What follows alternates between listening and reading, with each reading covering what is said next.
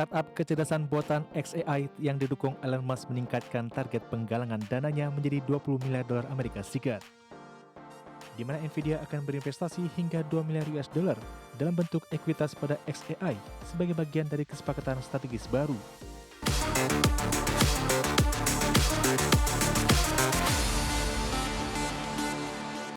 Pemirsa, startup kecerdasan buatan xAI yang didukung Elon Musk meningkatkan target penggalangan dananya menjadi 20 miliar dolar Amerika. Langkah ini termasuk investasi besar dari Nvidia untuk memperkuat kolaborasi di sektor prosesor AI. Startup kecerdasan buatan xAI yang didukung Elon Musk meningkatkan target penggalangan dananya menjadi 20 miliar dolar Amerika Serikat, di mana Nvidia akan berinvestasi hingga 2 miliar US dollar dalam bentuk ekuitas pada xAI sebagai bagian dari kesepakatan strategis baru. Pendanaan ini sebagian besar digunakan untuk membeli chip AI yang akan memperkuat pusat data Colossus 2 milik xAI di Memphis, Amerika Serikat. Kesepakatan ini menandai kerjasama besar antara dua pemain kunci dalam ekosistem kecerdasan buatan global. Langkah Nvidia sejalan dengan strateginya mempercepat investasi pelanggan di bidang AI setelah pekan lalu menjanjikan hingga 100 miliar US dollar untuk OpenAI. Kolaborasi dengan xAI dinilai sebagai upaya memperluas pengaruh Nvidia di sektor infrastruktur AI generatif. Sementara bagi xAI, kemitraan ini menjadi langkah penting untuk memastikan pasokan prosesor tetap aman di tengah lonjakan permintaan global.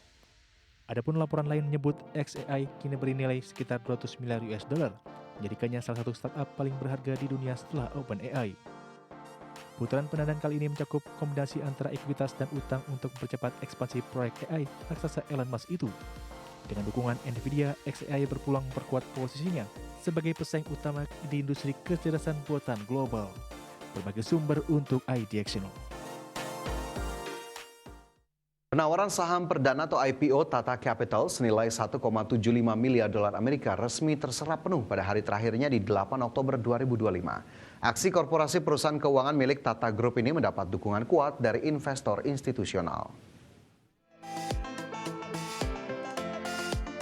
Tata Capital, perusahaan non-bank terbesar ketiga di India setelah Shriram Finance dan Bajaj Finance, mencatat permintaan tinggi pada hari terakhir penawaran umum.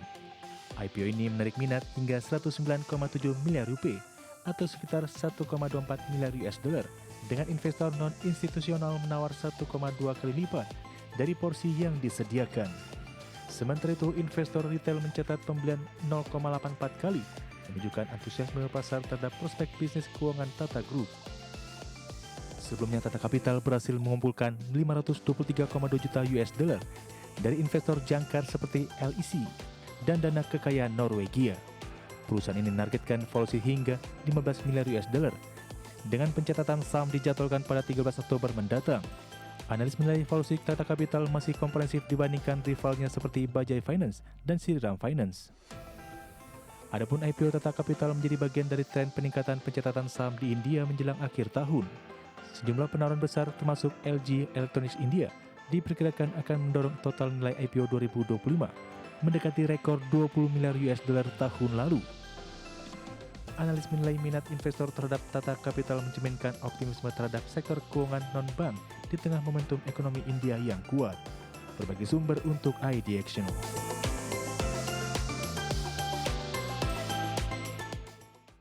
CEO DBS Bank Tan Su Shan dinobatkan sebagai wanita paling berpengaruh di dunia bisnis Asia versi Fortune 2025. Ia menjadi perempuan pertama yang memimpin bank terbesar di Asia Tenggara di tengah tantangan ekonomi global yang dinamis.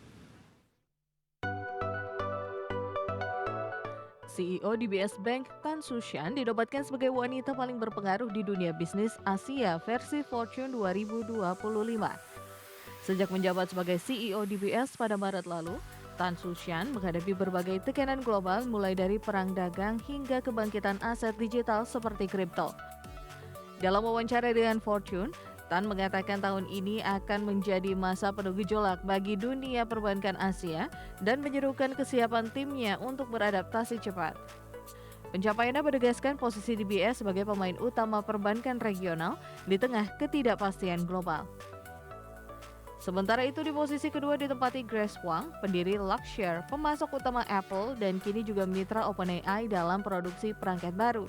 Di posisi ketiga ada Meng Wanzhou, CFO Huawei, yang berperan penting mendorong kemandirian China di bidang teknologi dan chip AI lokal.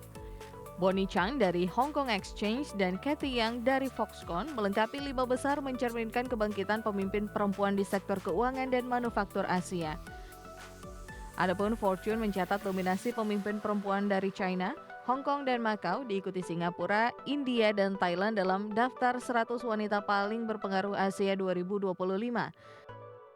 Selain dunia bisnis, daftar tersebut juga menyoroti tokoh dari budaya pop dan olahraga, termasuk Blackpink, Naomi Osaka, dan Eileen Gu yang terus membawa pengaruh global.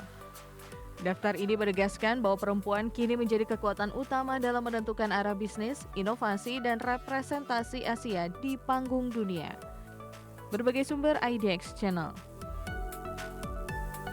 Produsen mobil listrik Tesla merilis varian terbaru yang diklaim merupakan versi murah dari 2 mobil listrik andalannya, yakni SUV Model Y dan sedan Model 3.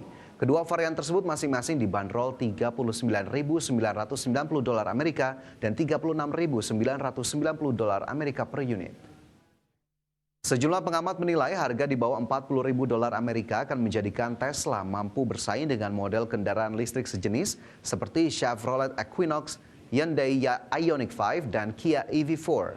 Namun sebagian lainnya menilai Tesla seharusnya berani menurunkan harga hingga di bawah $30.000 Amerika per unit. Adapun di Eropa, reputasi Tesla juga sedikit menurun akibat pandangan politik Elon Musk yang kontroversial. Di sisi lain, Tesla juga harus bersaing dengan banyak mobil listrik dan hibrida plug-in yang dijual di bawah $30.000 Amerika.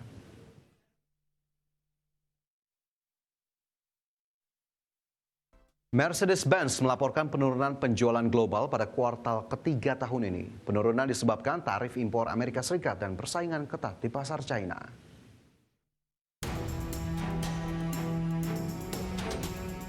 Mercedes-Benz melaporkan penurunan penjualan global pada kuartal ketiga tahun ini. Produsen mobil asal Jerman tersebut hanya mampu mengirimkan 441.500 kendaraan sepanjang Juli hingga September tahun ini. Angka tersebut turun 12% dibanding periode yang sama tahun lalu dengan penurunan tajam di Amerika Serikat dan China masing-masing mencapai 17 dan 27%. Manajemen menyebut tekanan terbesar datang dari kondisi pasar yang sulit di China, meski penjualan di Eropa, Amerika Selatan, dan kawasan Teluk masih mencatatkan hasil positif.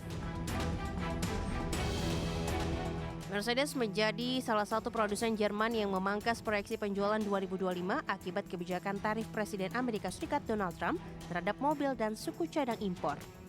Biaya produksi yang meningkat membuat margin keuntungan menipis. Sementara di China, merek-merek lokal seperti BYD dan NIO semakin mendominasi pasar kendaraan listrik premium. Kondisi ini memaksa Mercedes untuk meninjau ulang strategi harga dan produksi di beberapa wilayah utama.